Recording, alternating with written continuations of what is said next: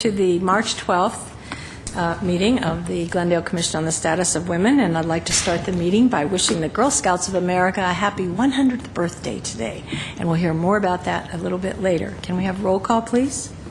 Sure. Commissioner Alcazar? Present. Commissioner Burns? Commissioner Garza-Vanyan? Present. Vice Chair Miller? Present. Commissioner Sarukanian? Present. Commissioner Tashchin? Present. Chair Devine? Present. Next item. At 1A is a report regarding the posting of the agenda. The agenda for the March 9, 2012 meeting was posted on the bulletin board outside of City Hall on or before March 12, 2012. Thank you. Next item. And at 2 is introductions and presentations. March is Women's History Month, so here to provide us with some information about women who have made history in Glendale is Catherine Yamada. Catherine Peters Yamada has been a columnist for the Glendale News Press since 1986. Since 2001, her Verdugo Views column has focused on events and people who have shaped Glendale's history. She's the editor of the centennial edition of the Glendale Pictorial History, published by the Glendale Historical Society. And she's also updated a book in preparation for the city centennial in 2006, and co-authored Glendale, a Postcards History series in 2007. So I'd like to welcome Catherine to the podium. Thank you. Thank you very much. I've been asked to speak on some of the women who've made history in Glendale. And I've written about a lot of local women in the Verdugo Views column that I write for the Glendale News Press. Many of these women deserve to be part of this presentation. For instance, the famous flyer Amelia Earhart. She spent a great deal of time in Glendale. She bought a couple of her planes from a Glendale man, and she often stayed with his family, who lived on Flower Street. But she's quite famous, and you can find out a lot about her on the web. So we won't include her tonight. Another woman who deserves to be included is Piedad Yorba de Sol. She opened up a restaurant at the top of the Red Car Line on Brand Boulevard. She introduced tamales and enchiladas to hundreds of people who had never eaten them before. They had come to Los Angeles for conventions. They took a red car excursion out to her place in Glendale. It was called Casa Verdugo. But again, you can find quite a bit about her in other sources. And it was really hard for me to leave out Flora Weston. She was the wife of the famous photographer Edward Weston, who opened his first studio right here in what was then called Tropico. It is now part of Glendale. Many people in town have a Weston photograph dating back to the days when he was taking pictures of babies or elementary school classes or high school graduates and brides. Flora cared for their 4 children while he built his career, and then when he left her and moved to Carmel, she supported herself by teaching school here in Glendale. I've spoken to several people who remember her. But again, there are lots of books and magazine articles about the Westons. Instead, I'm focusing on several women who are not as well known, and these are women who spent most of their lives here in Glendale. Our first woman is Catalina Verdugo. Her life clearly tells the story of our city. California was still part of the Spanish Empire when Catalina's father first came here. He began grazing his cattle on the land that we now call Glendale. The year was 1784. The U.S. had only declared their independence 8 years before, in 1776. So we're talking very early in our U.S. history. Verdugo was a military guard at the mission in San Gabriel. He was married. He had a family to support. Catalina was his oldest daughter. And when he was about 46, Verdugo, he retired from the military. He set himself up as a rancher. He lived a full and eventful life as a Spanish Don. He died at the age of 80 and left his estate to his son Julio and to his oldest daughter, Catalina. Now, the reason he left part of his estate to Catalina was because she had smallpox in her younger years. She had become blind as a result. She never married. She lived at home with her parents. After her father died, Catalina lived with a series of relatives, including a nephew. His name was Teodoro. And it was Teodoro who built an adobe house and invited Catalina to live with his family. Now, Catalina and her brother Julio inherited this vast estate together, and they never divided it. That is until Julio took out a mortgage to build a house. Most likely, in order to obtain the loan, he had to make the boundaries official. Catalina took the northern section, and Julio took the southern section. But by the time they divided it, there wasn't a lot left. They had already sold more than 600 acres which lay on the river, and this property is now Atwater. They'd also traded more than 4,000 acres to someone else, and it later became Burbank. Plus, they had made several other informal sales and trades. The situation was even worse when Julio defaulted on his loan.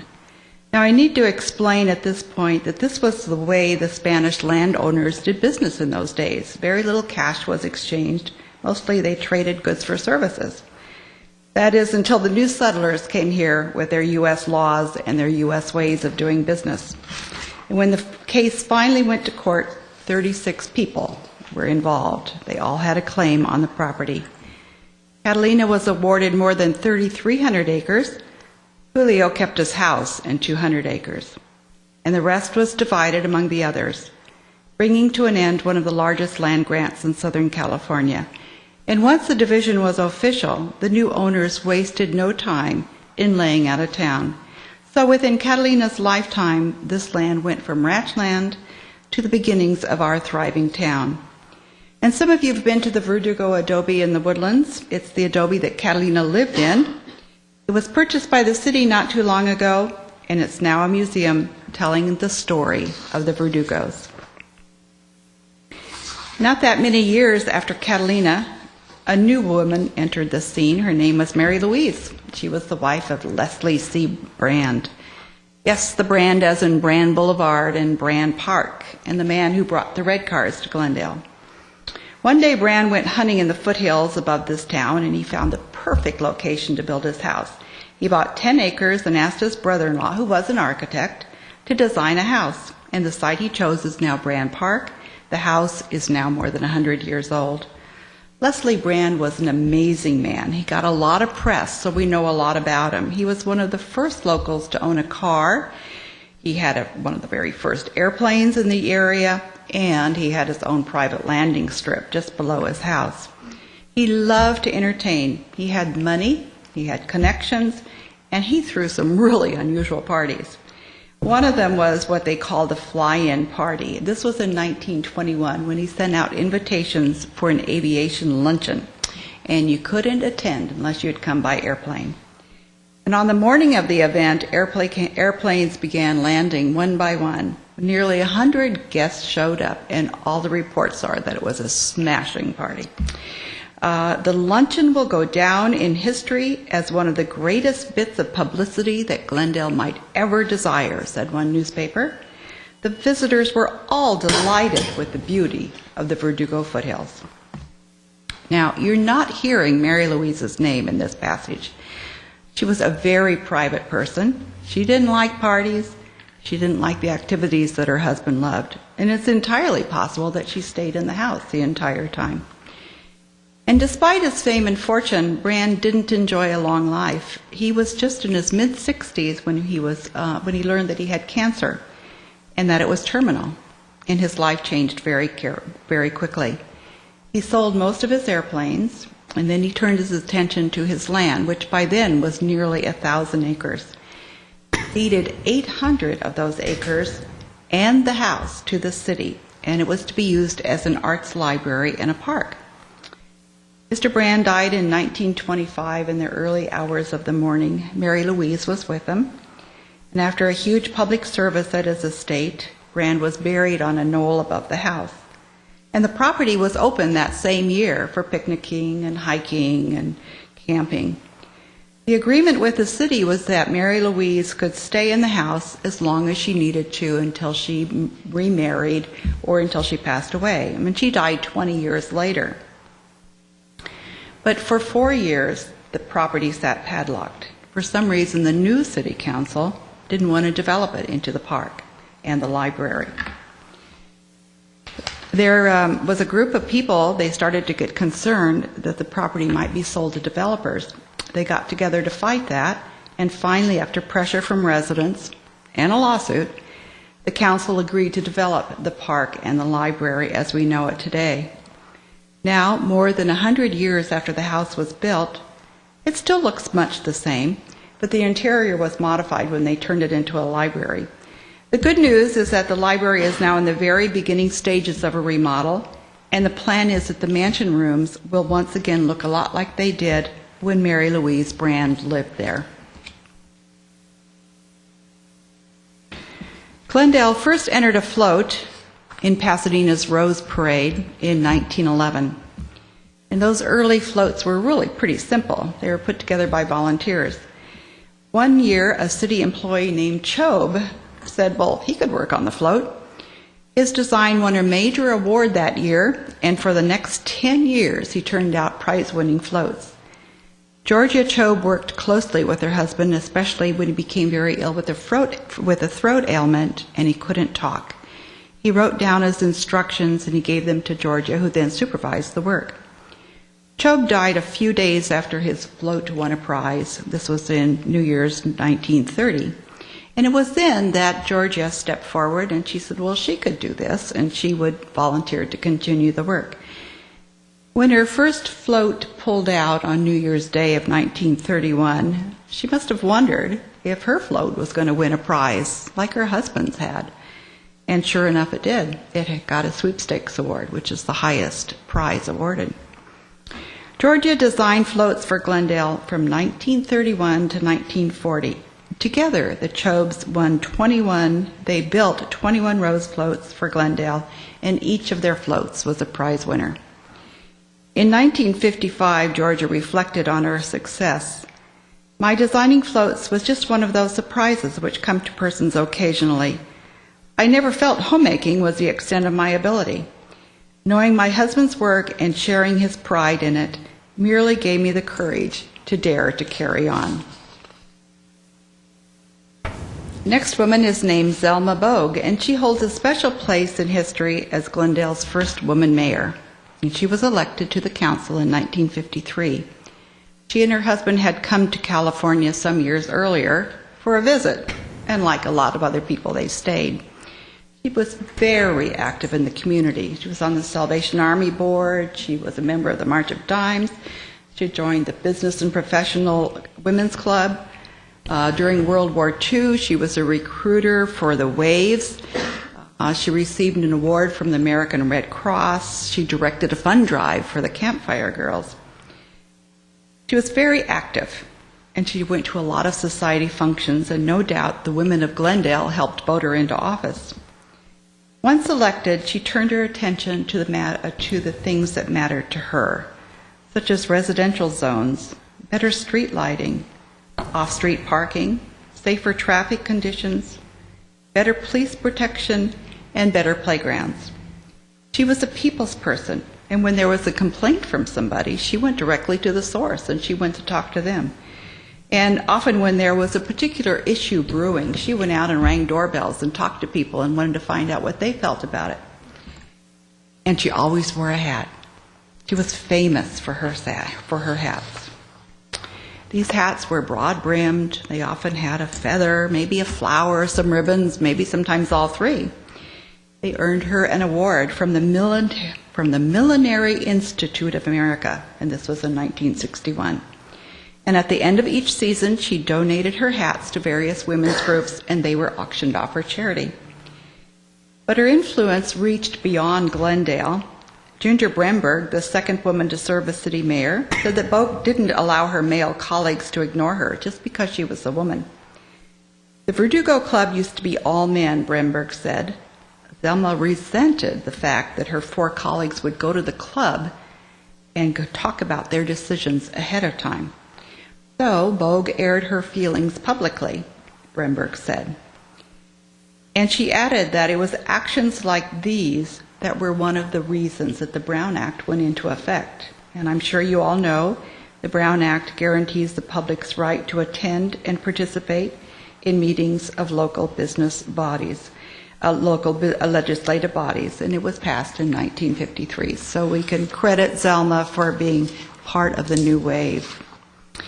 Our next woman literally changed the appearance of Glendale. This was Alice Lee Smith. She was a young student. She was a young woman who grew up in the Midwest.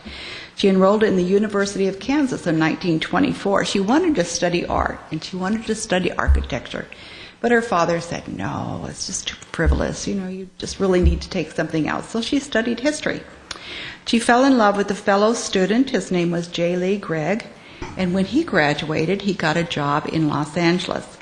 Well, a year after her graduation, she boarded a train for Los Angeles. She checked in at the Biltmore Hotel, and she stayed there until their wedding day, and this was in 1928. After they were married, they moved to an apartment in the Wilshire area. Of course, the stock market crashed the first year of their marriage, but she said they were thrifty. They still managed to save $100 a month, and this is in the depths of this is in the Depression. Early in 1931, they moved to Glendale. They rented a house, and when she was pregnant with her first child, her doctor told her to exercise. So she walked for miles, and she would walk, and she would look at the houses here and the houses there, and wish they could buy one. She looked at one house, but it was $4,500. This is way too expensive. Early in 1935, her husband became ill. He was ill for an extended period of time, and it was during this period that Alice Lee Gregg embarked on her housing career. She bought a large lot, she divided it into 2 lots, and built a very substantial house on one of the lots.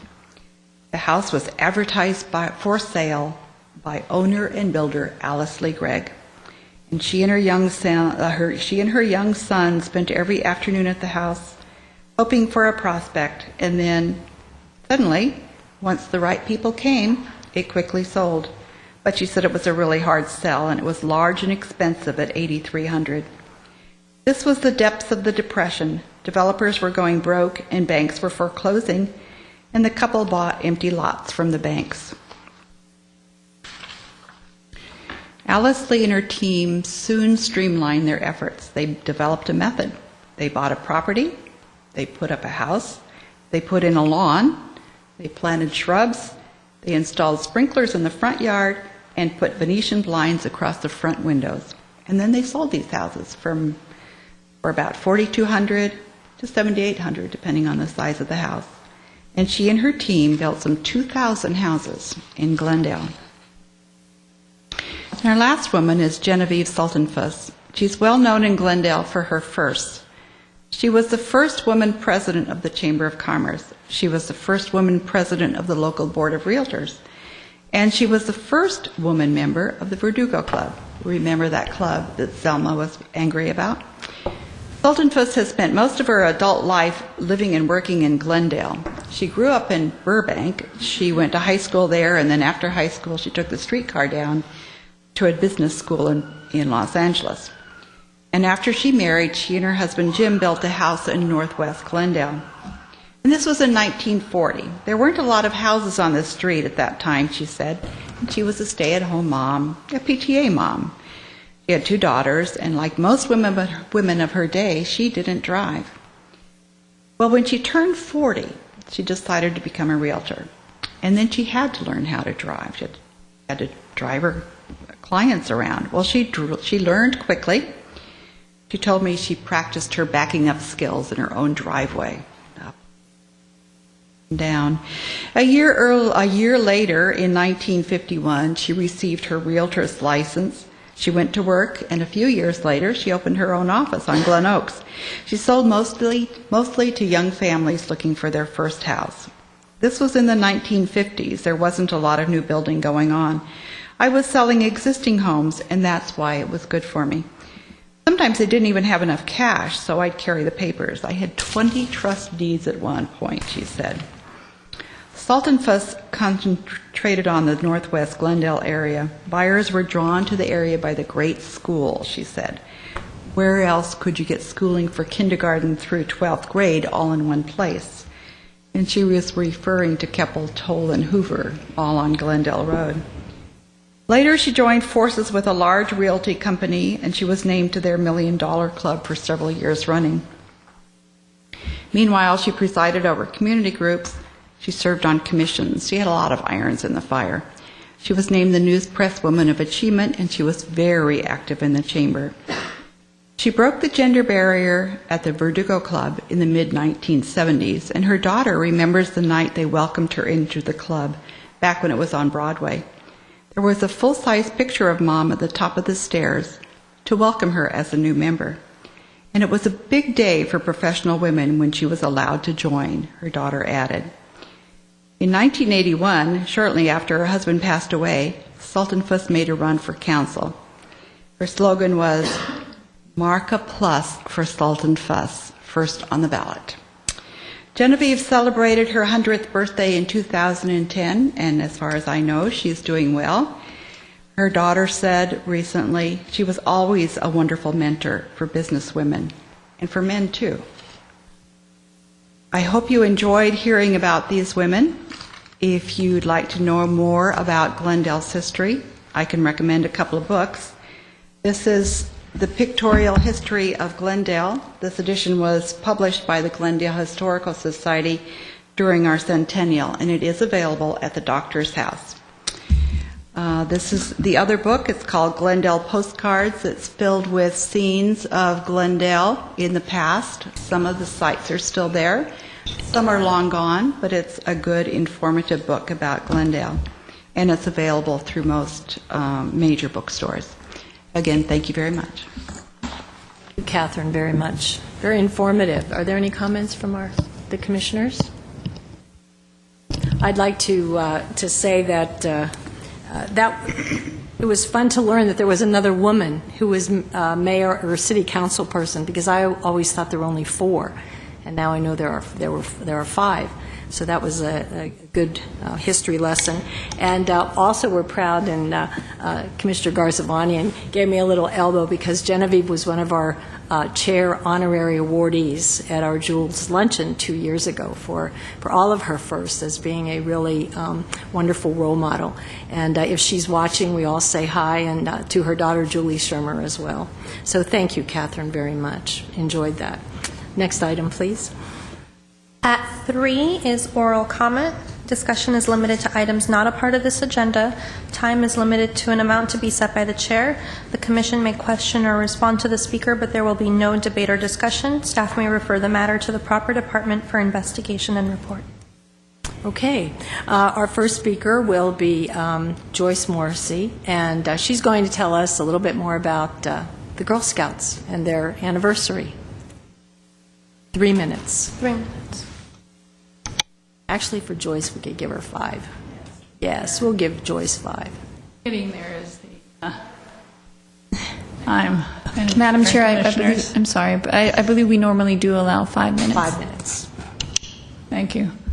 I have some other thoughts as well, so I greet you all because you may not be aware that I worked with many others on the original formation of the commission. So it's always been my joy to watch the progress, and I'm pleased to be here tonight and see the progress, because the leadership is important to me and to women and girls and the general public in Glendale. So Girl Scouts have been a part of my life since I've been a Girl Scout actively in Minnesota, and so I wear a pin tonight announcing that I'm a proud Girl Scout alumni, because then they follow you and you become a member of the board of the Girl Scouts, and so that was my next elevation personally. And in that role, it was very interesting for me to see the troops working very hard with the girls, and the board driving some of the issues. So tonight, it's my joy to announce that, as Madam Chair did earlier, that the 100th anniversary is upon us, and the Empire State Building will be green tomorrow night. So if you're flying off to New York, they will also be ringing the bell at the New York Stock Exchange. There will be high visibility, and of course Savannah, Georgia was the founding place where Juliet Lowe founded the Girl Scouts, and there's going to be many activities there.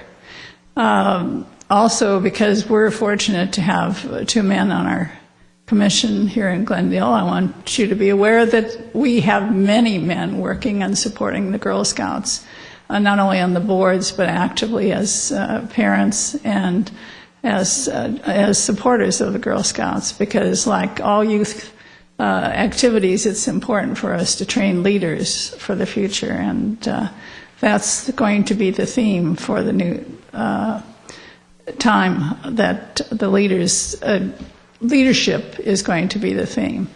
My other, I guess it's not a concern, but I would like to see more visibility for the commission, and I try and follow the Glendale News Press and the calendar, and I'd like to have seen the room filled tonight to support you for all your work. And I would like to request, if there's a possibility that other than just posting it in front of the City Hall, which many may not see that might be interested, at least to come to meetings that you have issues that you want support, if we could have a greater, maybe a continuing posting in the Glendale News Press of the actual meeting, and then if there are programs or agendas that you particularly wanted to expand on, that would be in the news press. Thank you. Thank you, Joyce, very much. And thank you for your support through the years. It's very important to us to have women like you out there in the community that are interested in what we do and that support us in every way that you can. And a comment about, I thought that we were having announcements put in the calendar section of the news press monthly on the commission. Don't they usually have the commission meeting, and then we were going to have them put what our topic, is that in the news press? Our meetings should be posted in the news press, so we'll follow up to make sure that they are being put in the news press.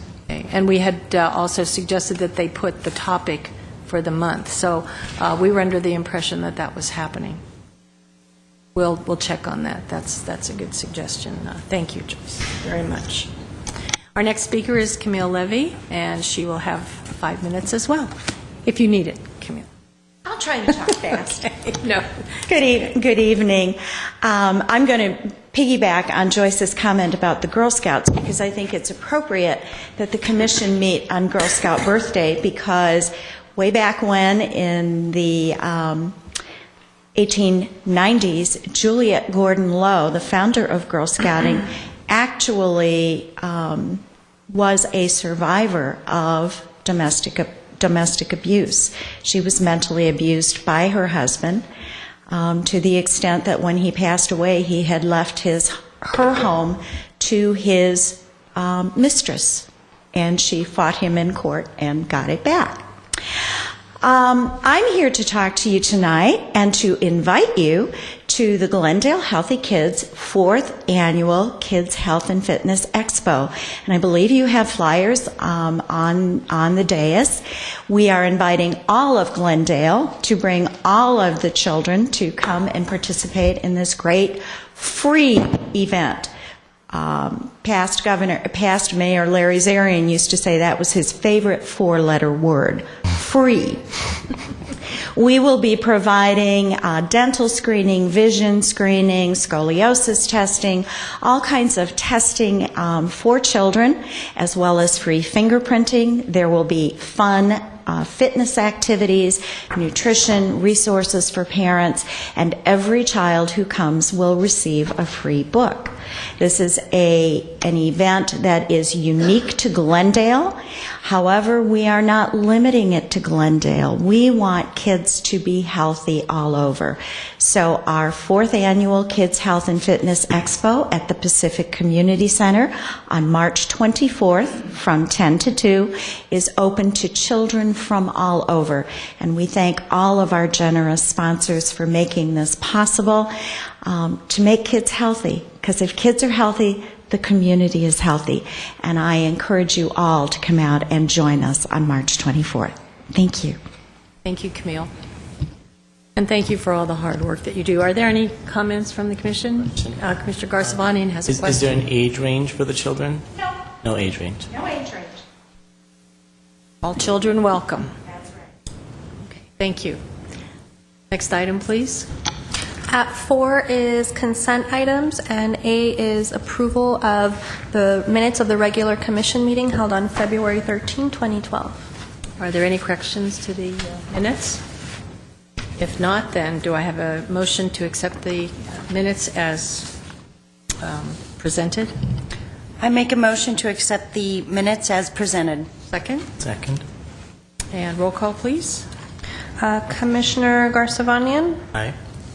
Vice Chair Miller, Yes. Commissioner Teschen, Abstain. Chair Devine. Yes. Next item, please. Thank you.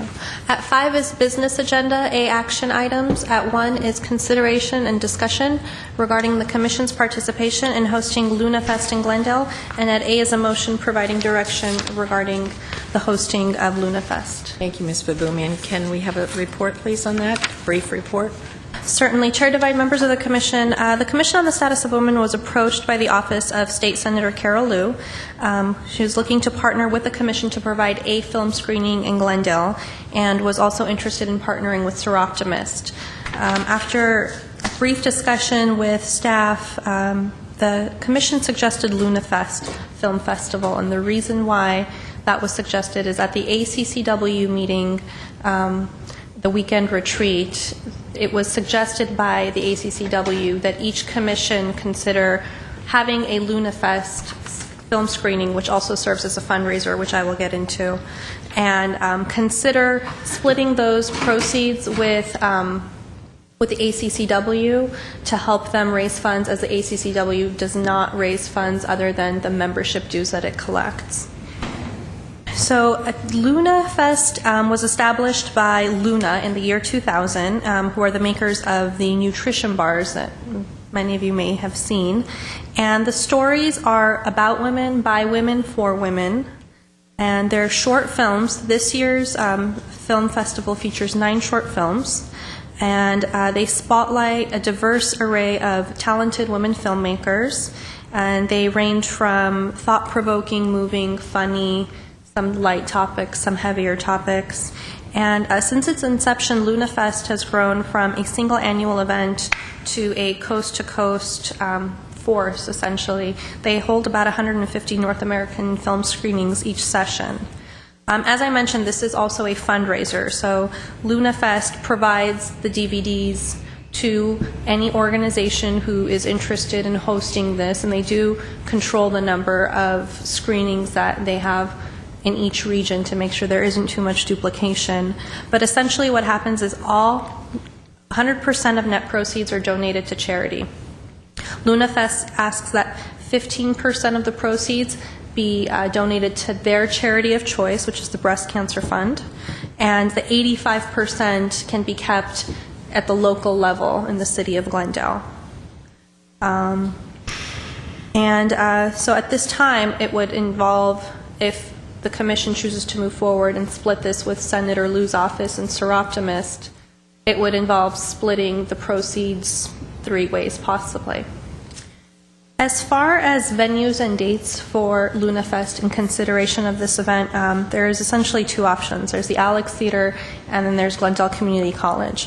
Alex Theater holds over 1,400 individuals. It has over 1,400 seats. It's in the heart of downtown Glendale, and it's operated by Glendale Arts. If the Commission were to consider doing this at the Alex, it would essentially be at a weekday screening rate just because of cost issues. So staff would recommend a Thursday evening. The nonprofit rate is $1,750. That includes rental fees and labor costs. It doesn't include ticketing costs, and there are small fees, and depending on how tickets are purchased, those ticketing fees might add up a little differently. But the nice thing about that is that the Alex Theater takes care of all ticketing. They sell from their box office at the Alex. They have a box office at Glendale Community College, and they also have a box office at the Americana Concierge Desk. And there's also tickets available online through the Alex. So Glendale Arts would handle all of the ticketing potentially. In addition, Glendale Arts has indicated that should sponsorships be available, they could consider a sponsorship up to $500, and in doing so, that would reduce the rental fee considerably. And should the screening be held at the Alex Theater, possible dates to consider would be Thursday, May 31st, June 14, and June 21. Those are some upcoming dates, but of course this can also be pushed out. So the other option, Glendale Community College, holds a little under 400 individuals. The nonprofit rate over there is $1,330, includes rental fees and labor costs. At the college, it's kind of the flip. We wouldn't want to be using the facility during the week because of student parking issues, so we would be looking at like a Friday evening. So when looking at Fridays, the first available Friday is June 22nd. And the other important thing to note is that ticket sales are not handled by the college. So in moving forward, the group would have to decide how to handle ticket sales through an online vendor who would again then be taking partial ticket costs per ticket. The total fiscal impact is really dependent on the venue selected, sponsorships collected, and donations. This event has been successful in other cities, and based on just preliminary interest that people have shown in casual conversations, it seems like there is interest in this community for something like this. Staff anticipates that the event will garner enough support to produce a profit. And in looking at selecting a venue, when the costs are split three ways, the commission is looking at a cost that will not exceed $585 strictly for venue rental. Staff suggests that any refreshments be acquired as donations for the event in order to maximize profits. This would be if the commission would want to do like a wine and cheese reception before or after the screening and build that into the ticket cost. And as mentioned, in collaborating with the other two agencies, we would be looking at splitting the costs. Ticket price is, would love to have direction from the commission and also take that feedback back to Senator Liu and Sir Optimist contact. So at this point, staff just respectfully recommends any direction regarding the commission's participation. And I also have a short clip. It's a preview. Chair Devine, if the commission is interested in Please. Yeah, that would be watching great. that, sure.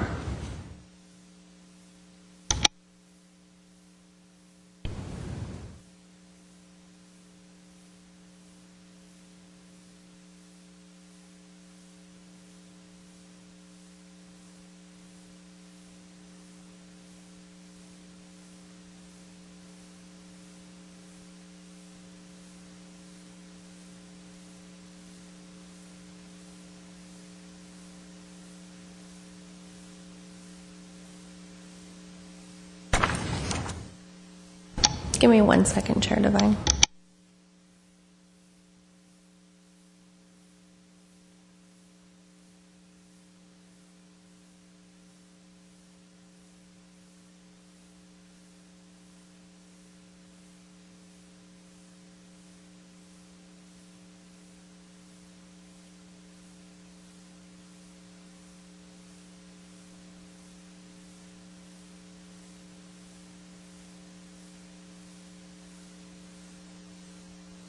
Technical difficulties.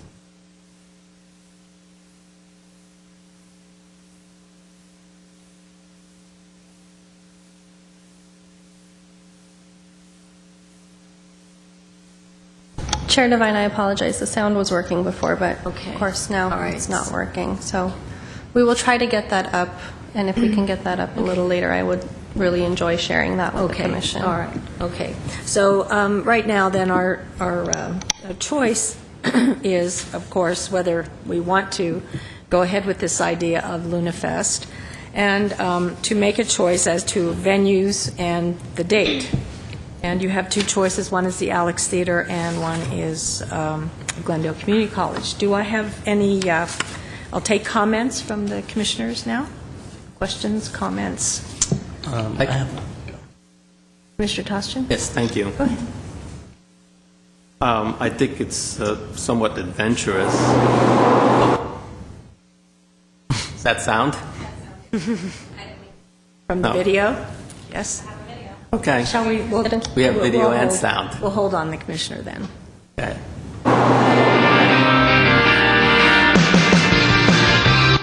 Yes, we do have some.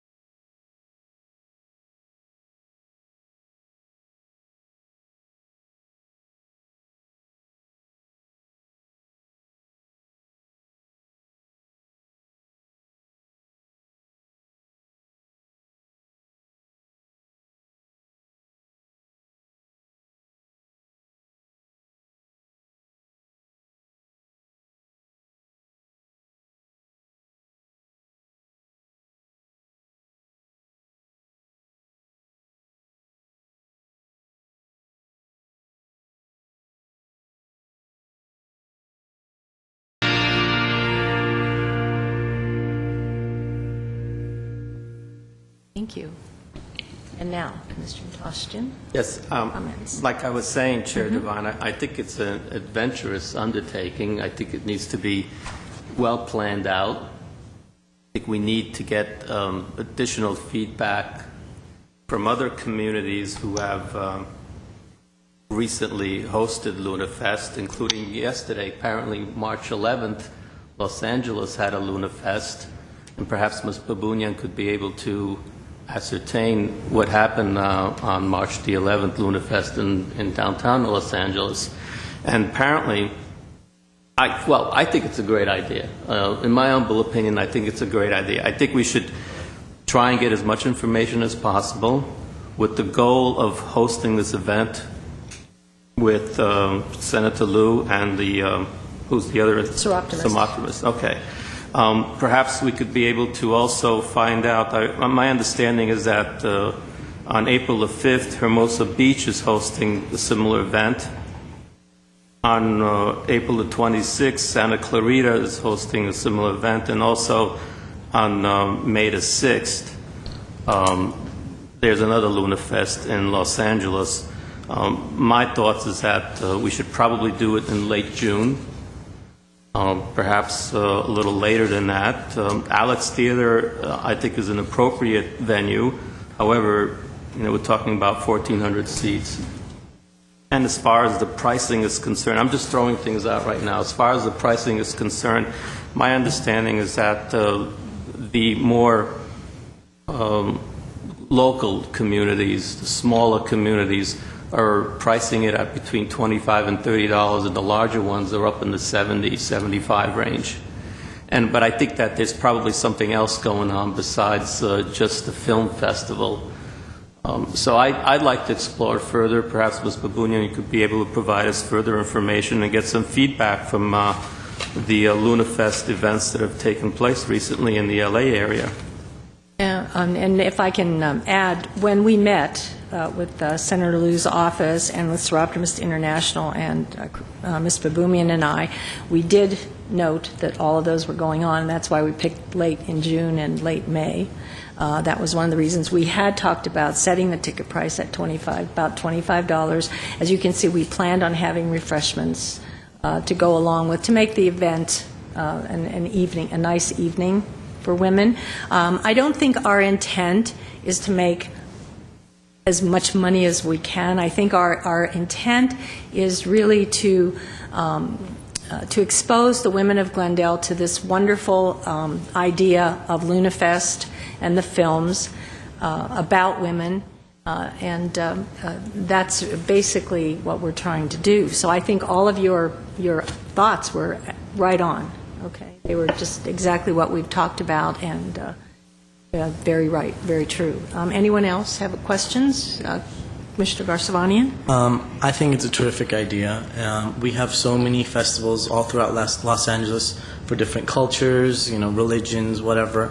we don't really have one for women. And living in Los Angeles, we need to, support female filmmakers because it's their voice being heard and their voice, being exposed to the world. And I mean, we've only had one Academy Award-winning director that was a female ever. As for the specifics, if we decided to do Glendale Community College, there is a website. It's called itsmyseat.com, and they charge $2 per ticket.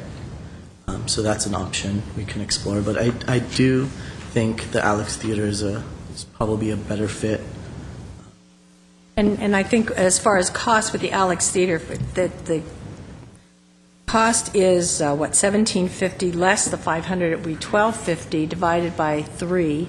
So it simply would be $400 each for those of us that will be in on this venture. And to have them do all of the ticketing and take that responsibility and that work away from Ms. Baboumian, I think it's worth any as much as it is. So I'm in favor of that venue. Commissioner Miller, do you want to chime in? I agree with everything that's been said by the other commissioners as well. I do have a couple of questions. Do we know what size other cities, like in terms of ticket sales, do we have an estimate of how many ticket sales? Is it 500? Is it 1,000? Vice Chair Miller, members of the commission, from what I've understood, it varies widely. I know certain places they've done it on the Queen Mary, I believe. Others have used an ArcLight theater, and depending on the size of the ArcLight theater, I assume that's a few hundred. I really don't think it gets into the 1,000 range. It's a few hundred. It goes from 100 to a few hundred, depending on the size and the organization. There's sororities who have done this. There's commissions who have done this. There's other women's organizations who have done this. So it does really range in the couple hundreds. So in terms of the size, there's a big size difference between Glendale Community College and the Alex. So if we were to look at 393 is what Glendale Community College seats, right? Yes. But they will not do any of the tickets. We do though. Okay. That's correct. So how long is this fest? About, they're 10 minutes each, and how many of them are there? It's under 2 hours. I believe Yeah. it's about Oh, an yeah. hour and a half at the most. I don't even think it's that long, but yeah, it's about an hour. Some are shorter than others. And then my last question is, do we have to raise, is it written in stone that each of us as 3 different sponsors have to raise funds separately, or can it be for a common cause? Can we come together as a group, as a common cause commission? Seroptimus, Senator Liu's office? And I don't understand. Do you mean to just donate all the money to one cause?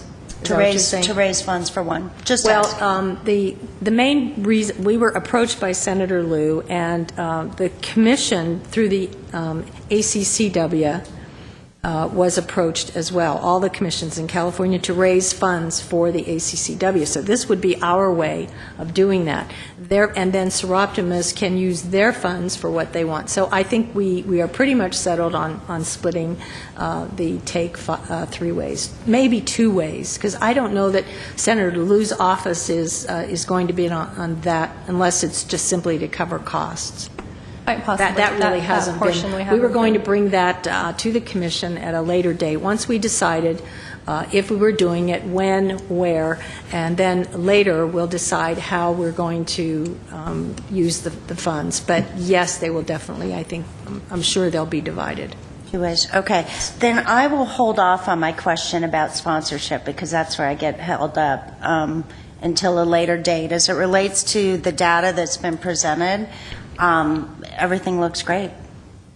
So do you prefer the Alex Theater? If we go into a meeting with the 3 components of this, the Seroptimus and the Commission and Senator Liu's office, do you have a preference as to venue? Is there... My preference is to have it at the Alex Theater. However, as I mentioned, I am a little concerned about the seating at the Alex Theater. I think if we could find perhaps another location with the similar decor as Alex Theater, but not 1,400 seats, that would be the ideal situation, but I don't think that's going to happen right now. Again, in my humble opinion, I just think that perhaps a seating of maybe 300 to 400 is more appropriate than 1,400. I don't know what happened yesterday, other than it was held at Downtown Independent. Apparently there's some type of location. They did have some type of reception afterwards, also a raffle afterwards. And my understanding is that on May the 6th, the Luna Fest is going to be held at the Grammy Museum at LA Live. And again, I don't know how large facilities these are. I would prefer Alex Theater, but I am worried about the seating. I just don't know if we're going to be able to. I don't see that we would fill the theater, but No, but you would like to at least fill half the theater. And the Alex will help us advertise this as well, right, if we work with them? I believe so, Vice Chair Miller, members of the commission. The Glendale Arts has a website that they put all their events on, and I believe they send out newsletters to their email database. And the commission would also put a bulletin, if it's possible, look into putting the preview up if it's not within the confines of the policy. If we can do that, we will, but most certainly a bulletin, and definitely pass the word along everywhere we can, and even make posters that we can put up in various city departments, and have Seroptimist in Carol Lou's office. Carol Lou has a large constituent base that I'm sure, reaching beyond Glendale, she would advertise this to.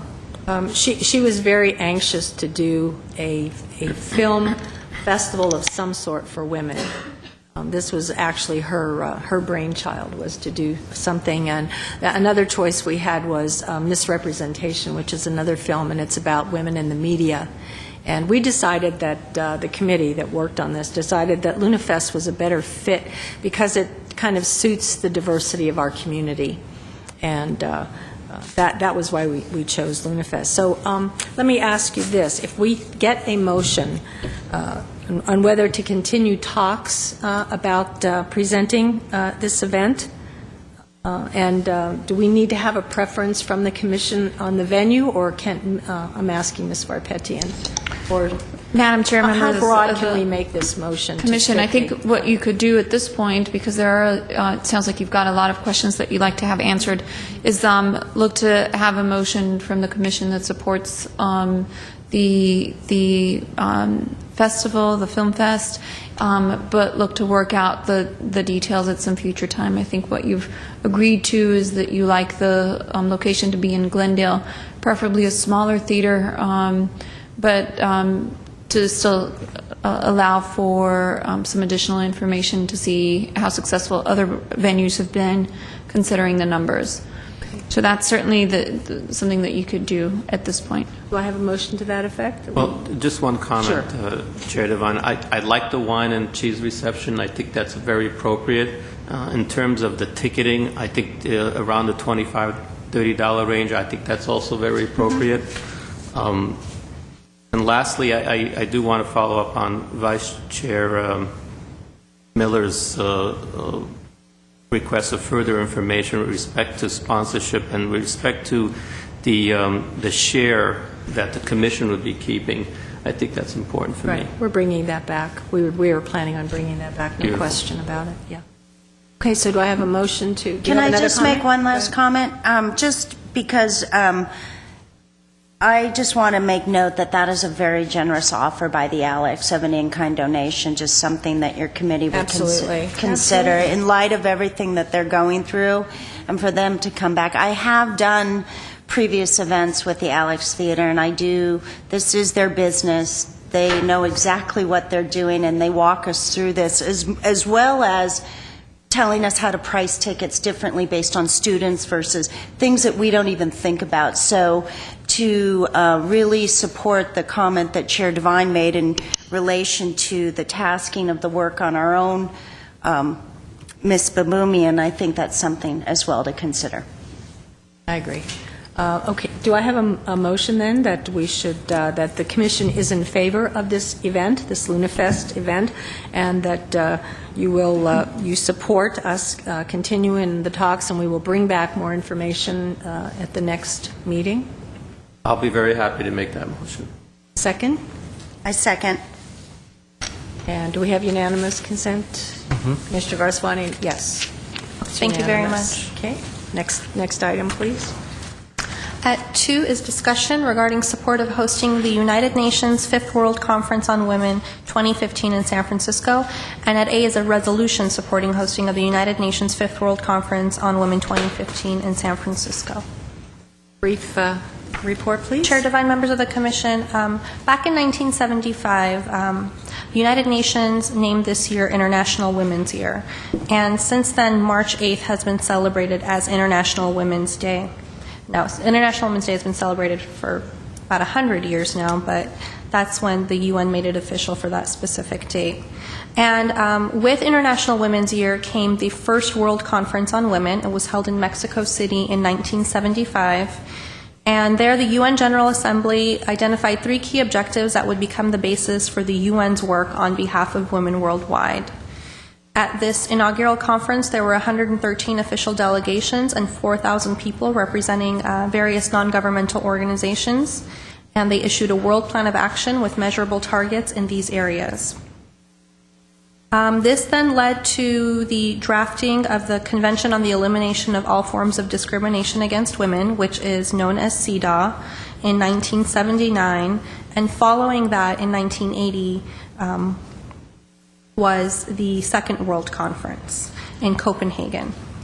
In 1985, the Third World Conference took place in Nairobi, and it was attended by 1,400 official delegates of 157 countries and 15,000 representatives from non-governmental agencies.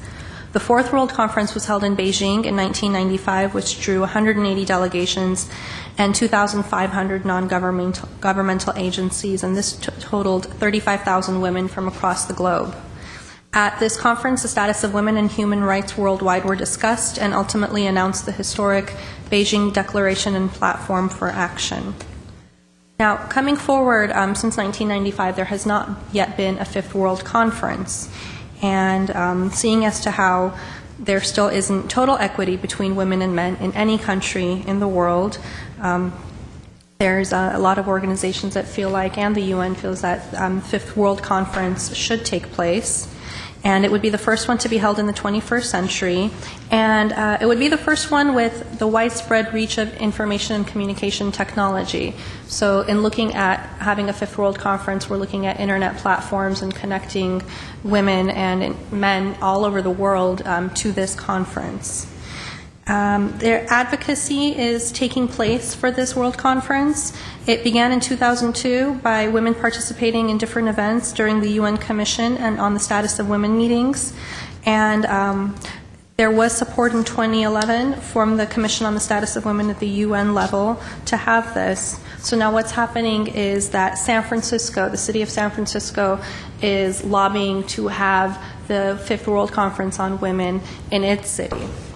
And the San Francisco Commission on the Status of Women adopted a resolution as such in March 2008, and the city of San Francisco has officially volunteered to host this, and they are the first city to volunteer to host the Fifth Women's Conference on Women.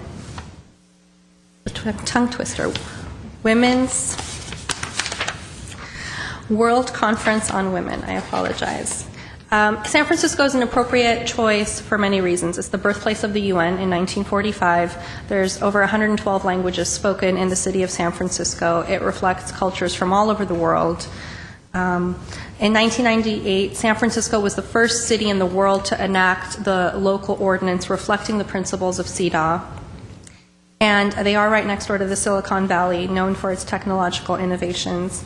And why this is important for the women of Glendale is seeing as to how this World Conference has been held on various continents all over the world, to have it a 6-hour car ride away would be phenomenal and be great access for women here to be able to take part in such a historic and monumental conference. So at this time, through the ACCW, they are asking various commissions to support this and to pass these resolutions supporting having the Fifth World Conference in the city of San Francisco in 2015. So at this point, take any questions, but staff just respectfully recommends any direction regarding the proposed resolution. Thank you. Very good report. This was a major topic at the ACCW retreat in Cambria. San Francisco, unlike Glendale, has a $1 million budget, and so they are well prepared to host this event financially. They are very excited. They really want to do this. They expect at least 30,000 people to descend upon San Francisco if this comes to fruition. Just to brag a bit, I noticed in the report, Ms. Babumia mentioned that they passed the resolution to support CEDAW, and the Glendale Commission took a resolution to our city council, and they unanimously supported it, and we are now on the registration, the list of supporters of CEDAW. So that was a very proud moment for me, and I think the commission. So anyway, it's 20 years by the time this comes, 2015, it'll be 20 years between. Some of you aren't old enough to remember when Hillary Clinton went to Beijing, and it was a huge, huge event and a wonderful, successful event for women across the world. So what we're asking is for the commission to support a resolution to support San Francisco in hosting the World Conference for Women in 2015. Do I have a motion? Sure. I'll make a motion that Glendale Commission on the Status of Women adopts a resolution supporting the hosting of the United Nations Fifth World Conference on Women 2015 in San Francisco. And that will be taken to City Council because they are right. They're actually the ones. Am I correct? Chair Devine, members of the commission, this can come from the commission. Oh, okay. And should you want to provide direction to ask the City Council to adopt a similar resolution as we did last month, I apologize for the other resolution that was regarding the Commission on the Status of Women on the state level, you can do so. Right. But should the commission choose, you can just solely pass this resolution on behalf of the Glendale Commission on the Status of Women. I would like for the City Council to also be asked to pass a resolution. Ms. Varpetian? Madam Chair, we can certainly do that, but that may delay that because that would require that we get it on their agenda, making sure that they can accommodate the request. Preparing a staff report, we're looking at least a 3-week delay. So if you're interested in getting the resolution to them more quickly, then you may want to adopt the resolution here. Okay, so we can adopt this resolution tonight and then agendize a resolution for them as well later? And then we can request that they agendize it. We can't guarantee that will occur. Great. Okay, well, let's do that then. So we have a motion on the floor. I second. Second. And the motion is to do both, adopt the resolution and ask for recommendation? Yes. Okay.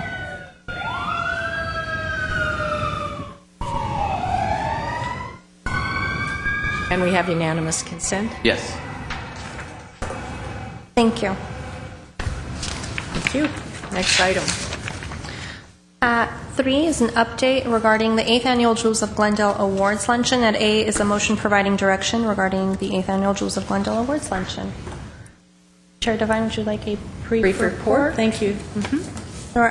Chair Devine, members of the Commission, the Commission on the Status of Women's Jewels of Glendale Awards Luncheon is the major fundraising event for the Commission on the Status of Women. For the most part, it's the only fundraising event so far, and 2012 marks the 8th anniversary, and the purpose is to bring attention to the accomplishments of women in the city of Glendale.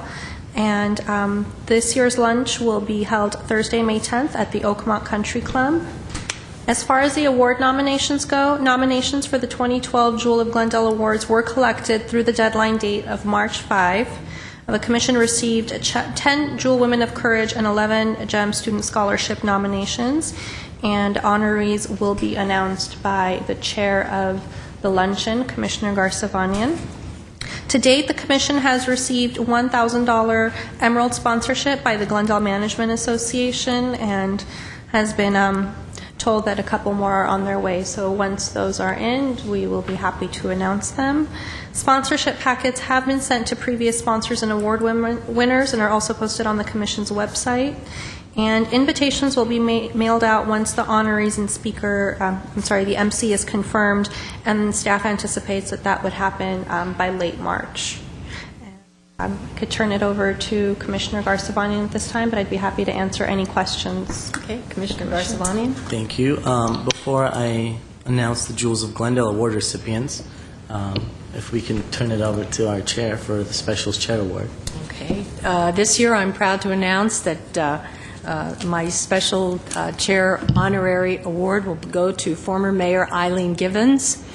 She will accept the award, and I'm very pleased and happy. She's was a great asset, has been a great asset to the city as serving as mayor.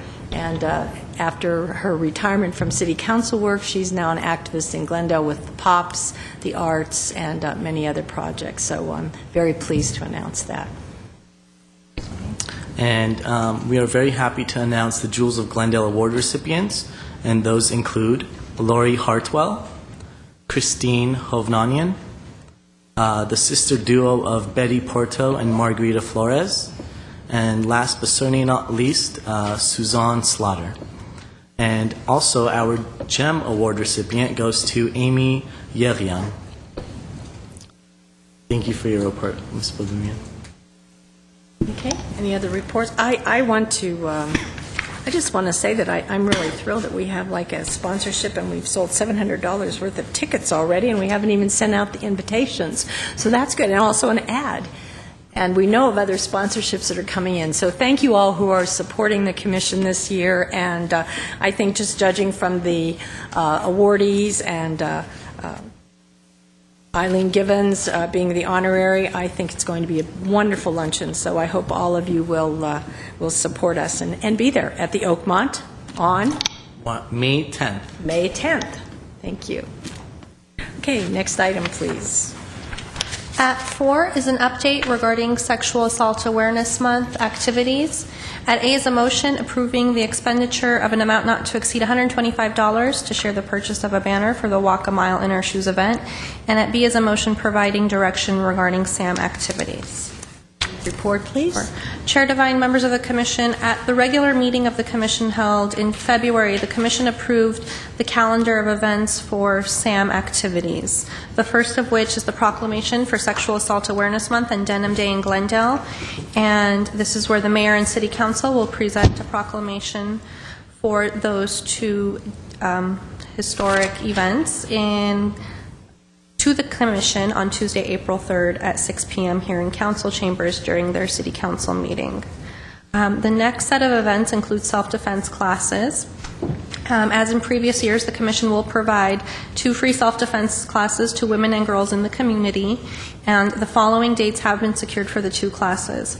Wednesday, April 11th, 6 to 8:30 p.m., and Wednesday, April 25th, 6 to 8:30 p.m. In the report presented in February about these classes, both classes were scheduled to be held at the Glendale Police Department. And at the suggestion of the Commission, staff has moved the location of the second class to Glendale Community College and was able to secure the use of the facility at no cost. Both classes will once again be taught by Shield Self-Defense, Nelson Neo, and as mentioned, free and open to all women and girls in the community. Space is limited, so those interested in participating will need to sign up. Next is Denim Day in Los Angeles, and for 6 years the Commission has supported Peace Over Violence in Denim Day in LA Awareness and Fundraising Drive, and over the course of the past 5 years the Commission has organized a Denim Day in Glendale fundraiser, Dollars for Denim, and has donated over $5,000 to Peace Over Violence, and this year Denim Day falls on Wednesday, April 25th. Last but certainly not least is Walk a Mile in Her Shoes, and this is an event that the Commission is collaborating with the Y on for the first time, and it's the International Men's March to Stop Rape, Sexual Assault, and Gender Violence. And this event provides an opportunity for men to join women in raising awareness in their community about the serious causes, effects, and remediation of sexual violence. The event will be held on Thursday, April 19th from 5:30 to 7 p.m. The event will start at the Y, include a very brief opening program before marching down to the Civic Center and back, which is exactly 1 mile, and conclude with a reception at the YWCA. The men who commit to this walk have the opportunity to wear women's high-heeled shoes, but may also participate in their own shoes. And clients at the Y's Domestic Violence Shelter have offered to decorate sneakers for men who commit to participating in the walk who do not wish to don stilettos. And at the last meeting, the Commission approved to split the cost of registration for the event with the Y, which amounts to a $70 expense for the Commission. And recently, the Y approached the Commission, and at first, the thought was not to order a banner, but they feel that they would like to have a banner for the men who are marching in the front to lead the way with a large 3-foot by 8-foot vinyl banner that would include the Walk a Mile in Her Shoes, along with the Commission's logo and the YWCA logo. And to split that, taking into consideration tax and shipping, we're looking at a cost not to exceed approximately $125. So at this time, staff respectfully recommends that the Commission approve the expenditure of an amount not to exceed $125 for the banner, and also would request any additional direction regarding these events. That concludes my report. Thank you. Great. I think it sounds like a wonderful list of events for the month. I know I have people stopping me in Bonds asking me when we're having our self-defense classes again, so now I can tell them, April 11th and April 19th. Oh, or I think that's right, 25th, the 19th and the 25th. Okay, I'll get them right when I tell them. I'm going to throw this over to Commissioner Sarakanian, because I think she has some good news for us too. Yeah, I'm actually very pleased to say that I actually organized Denim Day to be held at my school, Clark Magnet High School, this year on Wednesday, April 25th, and I'm really excited to raise awareness to the extended community toward La Crescenta and the Crescenta Valley area. Fabulous. Good for you. Good for you. Okay. Are there any comments from the commissioners about the $125 for the banner? That was something that we had not anticipated, but I think it's a good idea. I'm just thinking that this is going to be a huge success, and we might as well make the commitment of a banner. So that next year we'll be prepared for this event, and so will the YW. So if you have any questions or comments about any of the programs, or do I have a motion then for to allot the $125 for the banner for the YWCA Walk a Mile in Her Shoes? Sure. I'll make a motion for $125 for a vinyl banner to split the cost with YWCA for Walk a Mile in Her Shoes. Second? I'll second it. We have unanimous? Yes. Yes, we do. Okay. And I would also like to know where I could turn my sneakers in to be decorated. Commissioner Garsavanian, we will get those to you. Yeah, it'll be to the Y, so we can coordinate that. So I could bring it to our commission meeting. Yes, you can definitely bring it. If you'd like, we can make arrangements to do it prior to that to give the ladies plenty of time to decorate. Ms. Baboumian, I have a request, and you just advise me if next time I have to do this when it's a housekeeping request. I'm not sure if I have to do this out loud like this, so just advise me. Sure. This table you've prepared for us in April, we have a number of events we're participating in, is wonderful, with the event, the date, the time, the venue. Is it possible to add a column with the cost? So when we have events week to week to week, could we just have one more column and put the cost of each event so we know? Certainly. Vice Chair Miller. Well, we can answer. Do you have those figures? Like, what is Denim Day is no cost. Self-defense classes are $700. $700 for two. Denim Day is no cost, and then the YW we've allotted $125 tonight, and we allotted $70. 125, 70. So we're looking at an amount not to exceed $200. So So we're at $195. So Yes. that's how much. So it's costing us approximately $900 for the month. And I've requested that Ms. Babumian make us cards so that we can hand out the event cards to groups that we see, meetings that we go to, sort of like we had at the commission get-together for The launch. Yes, So, and yes. members of the commission, for today, at your desks, there should be flyers and for both the walk a mile and the self-defense classes. So should you need more flyers, please let staff know and we can provide those to you. And everyone should know that the self-defense classes are for women and girls. We've had women 80 years old and in wheelchairs, and we've had young girls 10 years old. So it's very appropriate for mothers to bring their daughters and grandmothers to bring their granddaughters. So, okay. Next item, please. Thank you.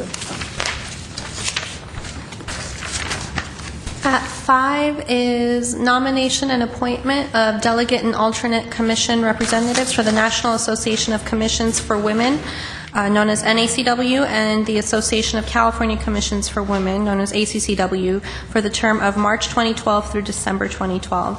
At A is a motion to appoint a commission delegate for NACW. B is a motion to appoint a commission alternate for NACW. C is a motion to appoint a commission delegate for ACCW. At D is a motion to appoint a commission alternate for ACCW. Chair Devine, would you like a brief report? Please. Chair Devine, members of the Commission, since July 2004, the Commission has been a member of the two major associations which support commissions on the status of women, the NACW and the ACCW. The NACW, in addition to the conference that's been mentioned at previous meetings, sends out informational updates to its members throughout the year about women's issues on federal level. The ACCW holds 4 quarterly meetings regularly and an annual or biannual convention for member commissions. They send out emails as well. It's not as much of an organized fashion as NACW, but we still do get informative emails from ACCW. And due to the economic climate throughout the state, as has been mentioned before, 2 of the 4 meetings are teleconferences. 2 meetings are held on site, one being in the Northern California region, one being in the Southern California region, and they are one-day meetings so that there is no overnight commitment for those. The duties of the delegates are to cast the vote on behalf of the Glendale Commission on the status of women in good faith. That is the duties pertaining to the ACCW mostly. Any delegates who attend meetings on behalf of NACW, ACCW may be asked by other commissioners to give an oral report at a following commission meeting. And as mentioned before, the chair and vice chair are the official spokespersons for the commission, but however, for the purposes of selection of delegates, any member of the commission can be selected as designee. And it's also important to note that due to the budget at the city level, throughout every department, all travel has been dramatically reduced. Travel and training has been dramatically reduced to a fairly bare-boned level. And there is no commission that has a travel budget. And in looking at fundraising for travel for the commission, it would involve adding another program, which is another account, and with the small amount of money that would be in there, it really goes against city policy to create a program for such a small amount. And so in recognizing that this becomes a burden on the commission, staff recommends that the commission continue supporting the NACW, continue supporting it by becoming a member. The emails are valuable information that the commission does get. And as far as the ACCW goes, the delegate could serve the 2 teleconference meetings and the 1 local meeting, and there is value in that. We understand that, the economy has hit everybody, and there certainly is no pressure on behalf of staff in the city of Glendale for any commissioner to incur a financial burden by representing these organizations. We do see value in the limited representation that would not create a financial hardship for the commission. That concludes my report, if you have Very any good, Ms. questions. Babumian, because I was going to cite that fact that it really is 4 meetings a year, 2 are phone calls, and they give you 2 weeks, they tell you June 4th, 4 o'clock, be there, yes? I'm sorry to interrupt. Chair Devine, members of the commission, please note that for any of the teleconferences, with adequate prior notice, the staff can provide accommodations for commissioners to come to Management Services office and participate in the teleconferences here in our offices. Okay, yeah. And the 2 other meetings, one north, one south, and just as Ms. Babumian said, the ones in the south are usually right around here. For instance, I've been to one at the airport. I've been to one in Manhattan Beach, Palm Springs, Glendale, and Pasadena. So it's not, you don't have to travel far away. And the other one that's up north, I just figure if you get to 3 out of the 4, that's good. And the NACW, as she said, it is valuable, but with the economy the way it is, I can understand how. And most of the time, because it's the commissioner's responsibility, we have not attended. I went, as I said, once. It was in Albuquerque. It was wonderful. But I did, and I did enjoy it. I got a lot of terrific information. I wish I could go every year, but of course, same thing. It's far away. It's airline tickets, it's hotels, and it's the cost of entrance to the conference. So anyway, so that's what we're asking. We're asking for volunteers to take 2 phone calls and 1 meeting in a year. Do I have volunteers for delegates? I would like to volunteer to be the delegate for ACCW. And a backup? I will volunteer to be the alternate. Yes. Can we Ms. Babumian? volunteer commissioners who aren't here? Yeah, right, that should be their punishment for not being. Can we nominate? We said last week we probably wouldn't have a full commission in there. Okay, but anyway, that's beside the point. Chair Devine, may we Yes. take these motions separately, please? Excuse me? May we take the motions separately, please? Absolutely. Start with For the delegate to the Yes. ACCW, for Commissioner Garza-Banian. do I have a motion? I make a motion that we appoint Commissioner Garza-Vanian to be our delegate for the ACCW. Second. Okay, unanimous consensus, yes, and second motion? Thank you. Before we make a motion, Commissioner Tosh, is that something that you were interested in? No, it's fine. Because, someone can be national Oh, delegate. no. Do I have a motion for for Commissioner Miller to be our I will alternate? make a motion to appoint Commissioner Miller to be the alternate for the ACCW. Do I have a second? I'll second that. And unanimous consensus? Yes. Thank you. Thank you very much. Do we have to make a motion just for the first one about the national, just being a member, or is that? Not at all, No. Vice Chair Miller. we're It's just- not we are. necessary. If anyone's interested, then we can. And for the Sorry. national? Yes. Oh, yes. Another question? Oh, okay, for the National Association, I'll volunteer to be that delegate. I make a motion that we appoint Chair Devine to be the delegate for the national.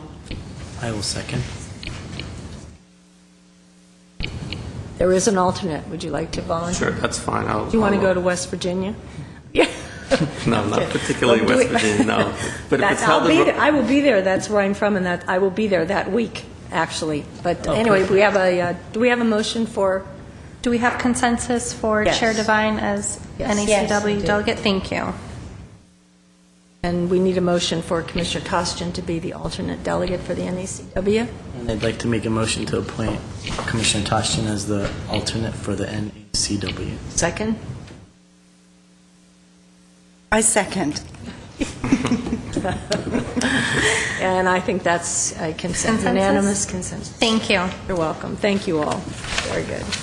Okay, next item, please. At B, reports information only. 1 is the Commission on the Status of Women's 2012 Master Calendar of Events. Okay, do we have any corrections or additions or suggestions for the master calendar? Or do we accept it as presented? Have a motion? There are no corrections. Chair Devine, no action is required This unless there is are any note and file. corrections. No corrections. Next item, please. Thank you. At 6 is commissioner and staff comments. Okay, well, let's start with, does staff have any announcements tonight? Chair Devine, members of the commission, I have one brief comment just to congratulate Vice Chair Miller on being named Women of the Year by the Glendale Latino Association. And this was held March 23rd at La Cañada Country Club. Just want to say congrats. Congratulations. Thank you. Thank you for representing the commission. My pleasure. When is it? It was February 23rd. February 23rd. I apologize. It was February 23rd. It was not March 23rd. Commissioner Alcazar? Okay. I attended the Glendale Downtown Dash yesterday morning, and I volunteered through Glendale Kiwanis, the Key Club, and we were cheering for the runners and walkers, and it was an amazing experience. I can't wait to do it next year. And I would like to invite anybody who's interested to come to Holy Family High School's ASB Coffee House. And now we have 10 performances, and we have sponsors from different various stores and restaurants across Glendale and La Cañada and La Crescenta. And we just invite one and all, and our funds will go to, half will go to a scholarship fund at Holy Family High School, and then the other half will go to UNICEF in honor of the victims of typhoons, which the recent typhoons happened within this year and last year. And that's about it. When is it? It's going to be on Friday, March 30th from 6:30 to 10:30 p.m. And it's open to all audiences. We also have an art gallery, which our very own students, including mine, because I have my photography, it's going to be posted, and I will be one of the performances. Great. What time is it? From 6:30 to 10:30 p.m. Okay, thank you. Commissioner Miller? I also attended the Downtown Dash yesterday as part of, and I also took a picture of the student commissioner and all of her friends as they were volunteering, so that was pretty fun. I want to give a big thank you to the company All About You who did the training for the Dash, not only for training a number of people in Glendale, but for training me to run my best race ever. Registrations were up, corporate sponsorship was up, but more importantly, we raised more money for awareness of stroke prevention than we have ever in the history. And as you know, Glendale Adventist is an advanced primary stroke center, so that one's near and dear to my heart. Happy birthday to the Girl Scouts, and I'll look forward to seeing on the news tomorrow the green belt, right? And then I also, there are a number of events happening in Glendale this month, and rather than go through the details for timeliness, just to keep in mind, there's an event being put on by the Glendale Youth Alliance on March 21st. That's a fundraiser to raise money for scholarship. There's the Mayor's Breakfast on March 22nd, and there is, I know that, and then there's also the Chamber of Commerce State of Our City on March 15th. And last but not least, congratulations to our Jules winner, and we are our awardees, I should say, and we look forward to our luncheon on May 10th. Commissioner Varsavanian? I would also like to congratulate our Jules and Gem Award recipients again. Also, if anyone watching would like to donate to our silent auction item or become a sponsor, please don't be afraid to call me. My number is 818-601-1248, or you can contact Christine Bergman at City Management. And that's about it. Thank you. Commissioner Tostiak? Thank you. I have three comments. One is that in March of 1978, it was the Sonoma County Commission on the Status of Women that began what became known as Women's History Month. It presented a series of events dealing with women's issues, and that's how it happened. It was the Sonoma County Commission on the Status of Women, And which they I are found. still, and they are still active. And I found that very interesting. Secondly, there is the LA County Bar Association Domestic Violence Project training program that's being held tomorrow at the LA County Bar Association. Whoever's interested, they could go there. Maybe you could go through the website and find out the location and the time and the dates, and you could volunteer and get a lot of experience dealing with domestic violence. And lastly, I'd like to congratulate the staff with respect to the Sexual Assault Awareness Month activities. I think it's a great series of events, and I'm very happy, and I also encourage our community, and especially men, to attend the Walk a Mile in Her Shoes event. That's on April the 19th.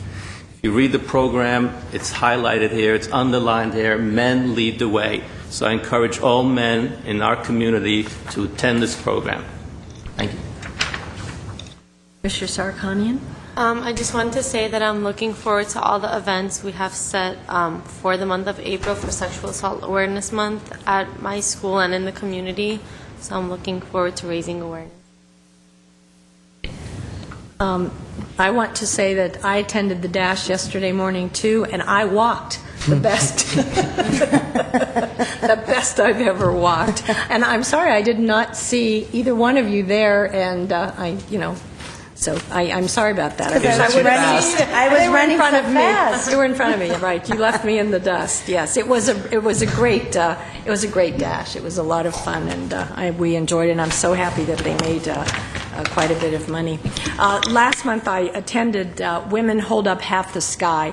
That was the exhibit at the Skirball. There are 60 million girls and women who should be alive today that are missing because of violence and other forms of gender discrimination. And this was a multimedia display of what is going on around the world with women who are not given health care when they're pregnant, giving birth, and how they disappear. And it was just very moving and absolutely amazing. And I know I announced it here, but I hope that some of you got a chance to go out to the Skirball to see that exhibit. I wanted to mention that there was an article in the news press about a sex offender who was arrested. He was a parolee. And after he got out of jail, he went back to his old girlfriend and raped her, threatened to kill her and her child. And the police were on the scene immediately, and they used our Commission Project Rescue grant to get this woman and her child to a safe place, to alternate housing. And the Sergeant Tom Lorenz told me about the incident, and when he gave me the paper, he said, "You have saved another life." And so I wanted to share that with the Commission, that we are doing good things, and I wanted to share that with the public so that you know that when you attend any of our events, and especially the luncheon, and you are donating and supporting the Commission, this is what we are doing with your funds. We are helping women and girls in our community. I also went to a screening of a DVD, and this was with Seroptimist International representatives and the YWCA.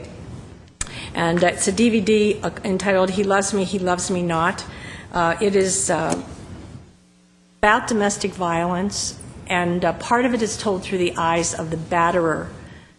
And we have come to an agreement, sort of, and we're going to bring this. I want to ask Ms. Baboumian to agendize this next month, that we should purchase this DVD, split with the YWCA and Seroptimist, so that any time we have an occasion where we need to show or can show a DVD on domestic violence, we'll have it available. So if you'll please agendize that. If anybody's noticed, I have a little pin on tonight, and it's a little bra with not diamonds, no. But it's an announcement for Bras for a Cause. It's Seroptimist International of Glendale, major fundraiser. It's going to be on April 28th at the Oakmont. And if you're interested in reservations or tickets, or if you want to design a bra, maybe you want to decorate a bra, call 818-230-9760. And you can get information on how to get a ticket and be there. It's a fabulous event. I also want to announce that the YWCA is having their annual Legacy Luncheon on March 29th at the Oakmont, and I think if you call the YWCA, they can give you information on how to get a ticket. That is important because that's our major domestic violence shelter and support system here in Glendale, and they need your help. And another important thing is that the night of Walk a Mile in Her Shoes, they are going to be premiering their brand new entrance to the YW. It's being painted. The Goodwill store has been taken out, and it's going to be like a conference room, a meeting area. So you'll want to come to Walk a Mile, not only to raise awareness for sexual assault, but also to see the brand new YW and the new look and the new people that are there. Director Michelle Roberts and Lisa Raggio are fabulous. And I want to end tonight's meeting with a little quote about women, because this is Women's History Month. Women who behave rarely make history. So let's continue to make history, ladies. And with that, do I have a motion for adjournment? I will make a motion to adjourn. And we are adjourned at 7:12. Thank you.